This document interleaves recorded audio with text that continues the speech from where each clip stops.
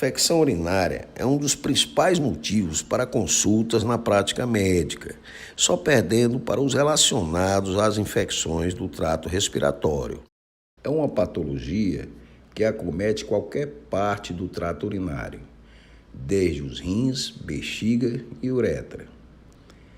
Pode ocorrer em todas as idades, em ambos os sexos, definida como uma infecção causada usualmente por uma bactéria da flora intestinal, podendo também ser provocada por vírus, fungos e outros micro-organismos. Este gráfico mostra a história natural da infecção urinária de acordo com o sexo e idade. Durante o primeiro ano de vida, devido ao maior número de malformações congênitas, a infecção urinária acomete preferencialmente o sexo masculino. A partir desse período, durante toda a infância e principalmente na fase pré-escolar, as meninas são acometidas por infecção do trato urinário de 10 a 20 vezes mais que os meninos. Na vida adulta, a incidência de infecção urinária se eleva e o predomínio do sexo feminino se mantém, com picos de maior acometimento no início ou relacionado à atividade sexual, durante a gestação ou na menopausa. De forma que 48% das mulheres podem apresentar pelo menos um episódio de infecção urinária ao longo da vida. No sexo feminino, dentre outros fatores de risco, a uretra mais curta e a maior proximidade do ânus com o vestíbulo vaginal e uretra são condições atribuídas para maior susceptibilidade à infecção urinária. Com exceção de crianças com defeitos congênitos, infecção urinária praticamente não é observada no sexo masculino. Porém, a partir dos 50 anos, a presença de patologias prostáticas torna o homem mais susceptível. Instrumentação com uso eventual de catéter vesical exerce fator de risco para infecção em qualquer sexo ou idade. De acordo com o local, chamamos de infecção baixa aquela com invasão superficial da mucosa da bexiga. Infecção alta ou a pielonefrite, onde existe a invasão tecidual de parênquima renal. Quanto às alterações estruturais ou funcionais do trato urinário, considera-se não complicada aquela que acomete pessoas com trato urinário normal, ou complicada quando algum tipo de alteração estrutural ou funcional do trato urinário está presente, incluindo gravidez, pacientes imunossuprimidos, com lesão neurológica, litíase, com ou sem obstrução, aqueles submetidos à sonda urinária ou instrumentação cirúrgica do trato urinário. Chamamos de bacteriúria sintomática uma condição onde a urinocultura é significativa, com a presença de mais de 100.000 unidades formadoras de colônia, mas não causam sintomas. Um episódio de infecção do trato urinário pode ser único, isolado em um dado momento do ano. Pode apresentar recidiva ou reinfecção. Considera-se recidiva a persistência da infecção pelo mesmo agente, surgindo sintomas em até 3 semanas do término do tratamento. E reinfecção, novo episódio depois das 3 semanas de tratamento por outro agente ou outra cepa do mesmo germe. A presença de um conjunto de sinais e sintomas, tais como disúria, dor ou ardência, urgência miccional, polaciúria, a frequência de micções em pequenos volumes de urina mal cheirosa e turva, chamam a atenção para a suspeita de infecção do trato urinário. A grande maioria das pessoas com sintomas descritos são do sexo feminino com cistite. Muitas vezes somam-se a estes sintomas sinais de dor em região pélvica e, no final da micção, gotejamento de pequenas quantidades de sangue.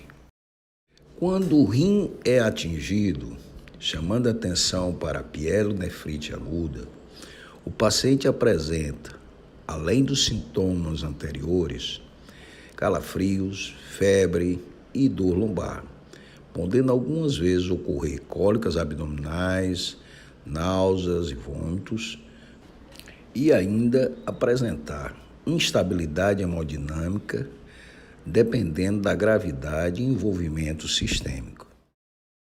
De acordo com a suspeita clínica, alguns exames ajudam no diagnóstico e conduta. A urina a ser examinada deve ser do jato médio, da primeira urina da manhã, coletada em frasco esterilizado após ter sido desprezada a primeira porção da urina, que pode estar contaminada por micro-organismos da uretra. A ênfase no diagnóstico repousa na detecção de achado no exame direto, na fita dipstick e a sedimentoscopia. O exame direto pode evidenciar a presença de bactérias, mas pode também ser duvidoso por provável contaminação periuretral. Um teste positivo para esterase leucocitária na fita é suficiente na maioria dos casos. O teste de nitrito positivo é altamente específico para infecção urinária, mas ocorre em apenas 25% dos pacientes. Na sedimentoscopia, a presença de piúria, medida pela contagem de mais de 10 leucócitos por campo, é anormal. A hematúria microscópica também pode ser encontrado em cerca da metade dos casos de cistite, e traço de proteína também pode ser observado. A cultura da urina continua sendo o padrão usado como critério para diagnóstico de infecção do trato urinário. Considera-se urinocultura significativa quando mostra um crescimento superior ou igual a 100.000 bactérias por mililitro de urina. Esta quantidade de bactérias permite o diagnóstico de infecção urinária em mais de 95% dos casos, desde que não tenha havido contaminação. Algumas vezes, em certas situações, um número menor de bactéria também pode significar infecção urinária, desde que o método de coleta tenha sido por punção vesical suprapúbica ou naqueles pacientes onde a sintomatologia é altamente sugestiva de infecção urinária. Alguns protocolos dispensam a realização de urinocultura para realizar a conduta terapêutica. Em casos de suspeita de episódio de cistite em mulheres jovens, sem história prévia de recorrência, sem suspeita de pielonefrite aguda ou que não apresenta alterações estruturais do trato urinário.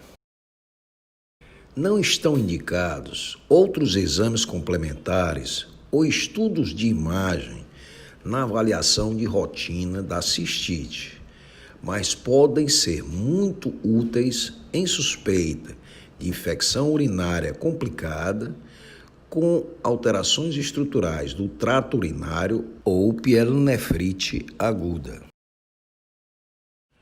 O acesso dos micro-organismos ao trato urinário se dá por via ascendente, ou seja, pela uretra, podendo se instalar na própria uretra, avançando para a bexiga e, em algumas situações, para os rins.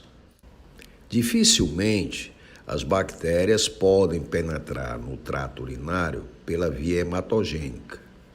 Isto pode ocorrer quando na presença de septicemia ou em indivíduos imunossuprimidos. A resposta inflamatória desencadeada por enterobactérias no trato urinário depende das defesas naturais ou adquiridas do indivíduo, contrapondo-se à virulência do micro-organismo infectante. A virulência de um agente infeccioso está relacionada à sua capacidade de multiplicação no local que se encontra e de desencadear ações de citotoxicidade. Ilustrando-se a Escherichia coli como protótipo desse mecanismo, suas características estruturais influenciam o grau de acometimento na infecção. O flagelo ou antígeno H é responsável pela motilidade da bactéria. O antígeno K capsular, que confere resistência à fagocitose, e o antígeno O, sempre presente na membrana externa da bactéria, que são determinantes antigênicos de anticorpos específicos, sendo, portanto, úteis nas tipagens serológicas. As fímbrias são estruturas filamentosas adesivas presentes na parede da bactéria. Elas constituem os fatores mais importantes associados à patogênese da doença. São responsáveis pela adesão da bactéria ao urotélio e transmissão de informação genética a outras bactérias. As fímbrias tipo 1 reconhecem os fagócitos do hospedeiro, neutrófilos e macrófagos, que são capazes de fagocitar e destruir a bactéria na ausência de anticorpo específico. Do outro lado, mais de 90% da Escherichia coli associada à pielonefrite expressa fímbria tipo P, que, unindo-se a receptores na mucosa do trato urinário, inicia cascata inflamatória com liberação de citocinas e fatores citotóxicos. Existem também vários fatores predisponentes do hospedeiro que participam da patogenia da infecção do trato urinário. O uso frequente de antibiótico terapia pode ter efeito sobre a flora genital, facilitando o desenvolvimento de bactérias patogênicas. A estase urinária, causada por obstrução do trato urinário, também leva a condições propícias de proliferação bacteriana e a própria distensão da bexiga reduz a capacidade bactericida da mucosa. O fluxo urinário e o esvaziamento vesical são protetores e a estase urinária é um fator importante que facilita a infecção. O uso de sonda vesical através de catéteres de demora predispõe a bacteriúria, geralmente assintomática, especialmente em condição de drenagem aberta.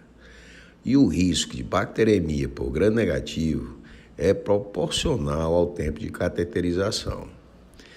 A leucostúria não tem boa correlação com a presença de infecção do trato urinário nesses pacientes com catéter.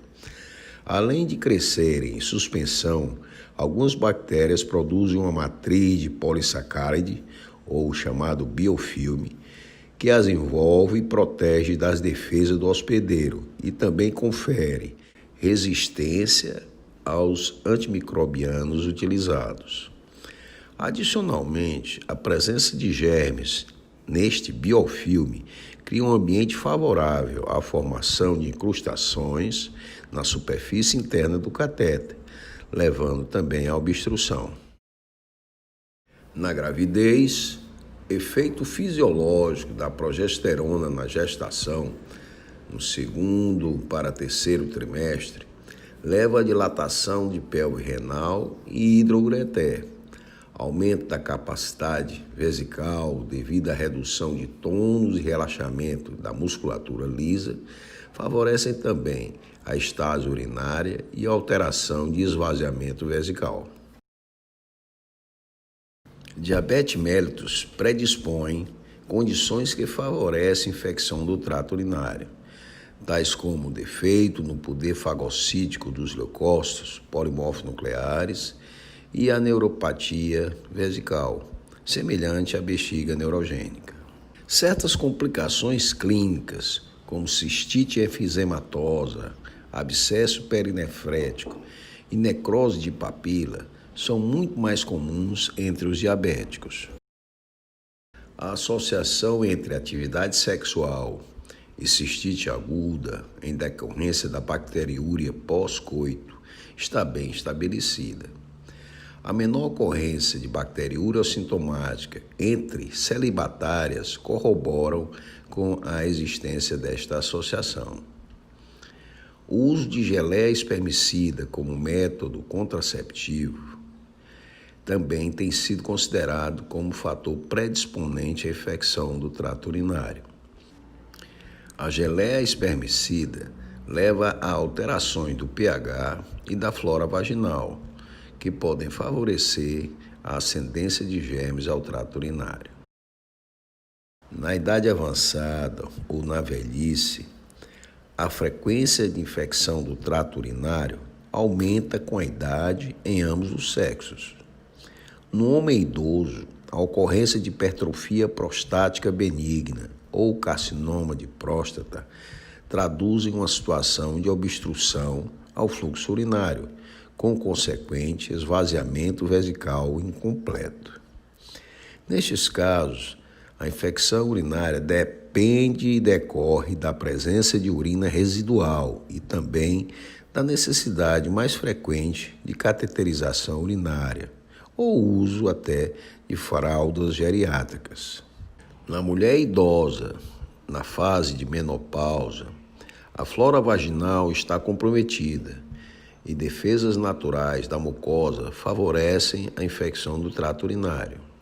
Isto deve-se à redução dos níveis de estrógeno, que funciona como fator protetor, estimulando o crescimento de lactobacilos, que reduz o pH vaginal, tornando-o hostil para germes gram-negativos. E ainda estimula a proliferação da mucosa vaginal, facilitando a remoção de bactérias. Tanto para o sexo masculino ou feminino, a presença de patologias coexistentes, como diabetes, acidentes vasculares cerebrais, demência, alterações na resposta imune e hospitalizações, instrumentação vesical mais frequente, tornam a infecção do trato urinário mais prevalente nesta faixa etária.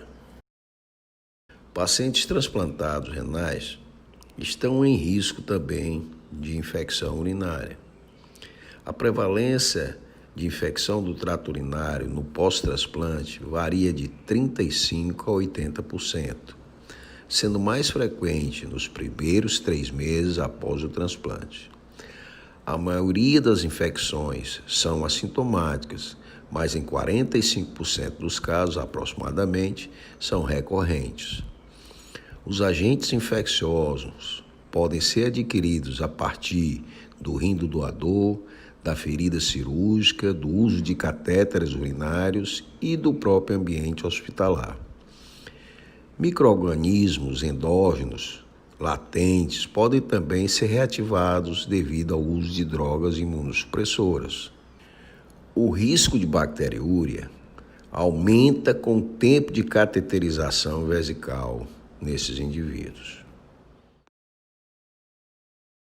Na grande maioria das infecções do trato urinário não complicadas, tendo como maior frequência nas mulheres jovens pré-menopausa, a Escherichia coli é o agente infectante mais frequente, entre 70% a 95% dos casos, seguida pela Klebsiella e Staphylococcus saprophyticus, em 10% a 15%, que é mais frequente nas meninas. Proteus acomete mais crianças do sexo masculino. Nas infecções complicadas com alterações do trato urinário, a frequência de Escherichia coli diminui e na urinocultura outras bactérias aumentam sua frequência, por vezes com presença de mais de uma bactéria em crescimento, seja gram-negativa ou gram-positiva. lembrando também a associação da infecção por proteus e cálculos coraliformes. Com base no quadro clínico do provável diagnóstico de uma infecção urinária não complicada, ocorrendo em indivíduos sem história prévia de infecção, sem comorbidades que indiquem fatores de risco ou alterações do trato urinário, pode-se introduzir tratamento empírico, não sendo necessário esperar pelo resultado da urinocultura. A escolha do antimicrobiano deve seguir a experiência local quanto à resistência bacteriana com maior probabilidade de êxito terapêutico. No geral, a nitrofurantoína ou sulfatrimetropin tem sido indicada como medicações de primeira linha no período de uso de 3 a 5 dias. Porém, o uso de dose única da fosfomicina, 3 gramas, está em grande aceitação em vários protocolos de tratamento. O uso de uma fluoroquinolona de amplo espectro, como a ciprofloxacina, deveria estar restrito para infecções mais graves ou em ambiente hospitalar. Na avaliação terapêutica de pacientes com grande suspeita de pielonefrite aguda, alguns cuidados devem ser tomados. Se existe comprometimento sistêmico importante que possa indicar uma possível hospitalização, e não deixar de coletar exame de urina, urinocultura mais TSA, que é o teste de sensibilidade de antibióticos, hemograma completo, e realização de pelo menos ultrassom de vias urinárias. Nas pielonefrites não complicadas, o uso de ciprofloxacina está indicado, em período de 10 a 14 dias. As fluoroquinolonas têm ótima ação contra Escherichia coli e, mesmo por via oral, têm uma boa penetração tecidual, alcançam níveis séricos e urinários adequados. O segmento destes pacientes deve ser rígido nas 48 horas seguintes ao início da terapêutica para se avaliar a resposta e a possível necessidade de medicação parenteral. Em pacientes com pielonefrite complicada, deve-se iniciar a ciprofloxacina endovenosa e, dependendo da melhora clínica, dos resultados da urinocultura e outros exames complementares, poderá ser realizada ou não a troca da medicação. Nas infecções complicadas, não se deve esquecer de colher história clínica rigorosa para se estabelecer se algum fator de risco está presente e possa haver a necessidade de possível acompanhamento urológico. Em pacientes com alterações da estrutura do trato urinário, válvula de uretra posterior e refluxo vesicolateral em crianças, presença de litíase, neoplasia ou prostatismo. Em pacientes hospitalizados com presença de infecções por vários germes ou germes multiresistentes, outros esquemas de tratamento por vezes precisam ser utilizados. As infecções urinárias recorrentes ou repetidas determinam um impacto significativo sobre a qualidade de vida das mulheres. 4 em cada 10 mulheres terão pelo menos uma infecção do trato urinário recorrente durante a vida. Medidas de prevenção e profilaxia são indicadas para casos de infecção do trato urinário recorrente, em que há uma frequência elevada de recidivas ou reinfecções, apresentando 3 ou mais episódios por ano. Nestas pessoas, uma série de possíveis medidas e tratamentos pode ser instituída, visando reduzir a frequência destes episódios. As recomendações vão desde conselhos gerais ao uso de antibiótico-terapia profilática e de outras substâncias que podem ter efeito protetor contra a colonização de bactérias. Aconselha-se manter frequência de micção adequada, tentando sempre evitar a urina residual vesical e, consequentemente, a estase urinária. A ter cuidados com o intercurso sexual, incentivando a micção pós-coito e suspender o uso de pomadas espermicidas como contraceptivos. Ter cuidados também com a regulação de hábitos intestinais que podem evitar a constipação e também a recorrência de infecção do trato urinário. Higiene vaginal e perineal, duchas, shampoos, evitar frio, umidade, roupas sintéticas ou apertadas e uso de probióticos para estabelecer flora vaginal são medidas que não apresentam utilidade ou comprovação. Vários estudos têm apontado que o uso de cranberry reduz a incidência de infecção do trato urinário sintomática, inclusive em indivíduos com mais de 60 anos. O consumo reduziu o risco de infecção urinária em 26% nas mulheres que apresentavam um risco maior que 50% de desenvolver infecção do trato urinário ao longo da vida.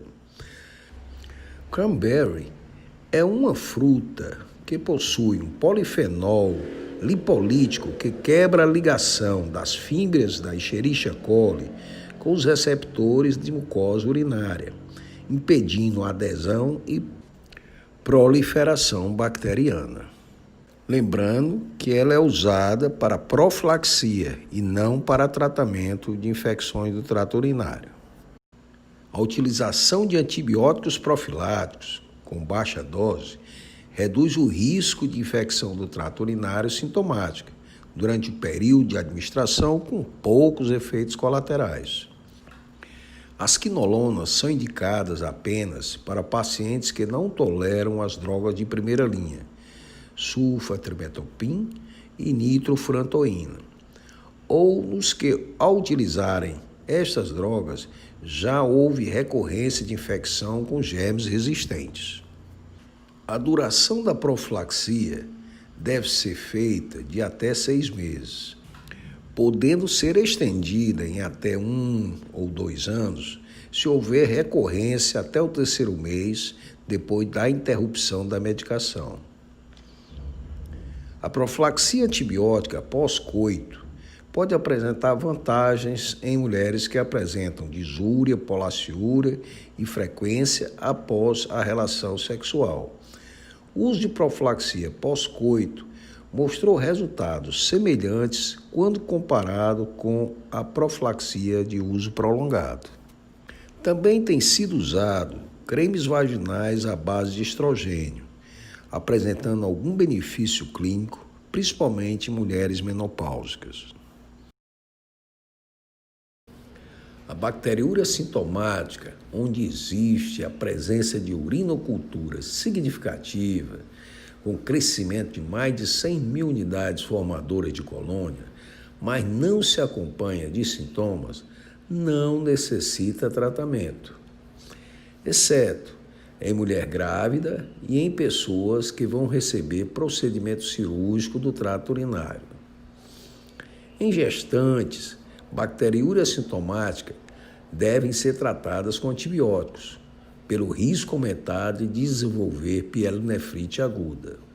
Sem tratamento, cerca de 30 a 40% das gestantes com bacteriúria sintomática irão desenvolver infecção sintomática do trato urinário e 25 a 50% poderão apresentar pielonefrite aguda. Este risco é reduzido em 70 a 80% se a bacteriúria for tratada adequadamente.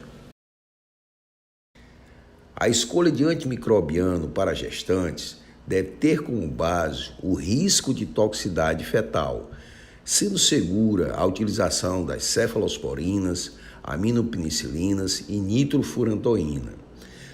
A duração do tratamento é de no mínimo 7 dias.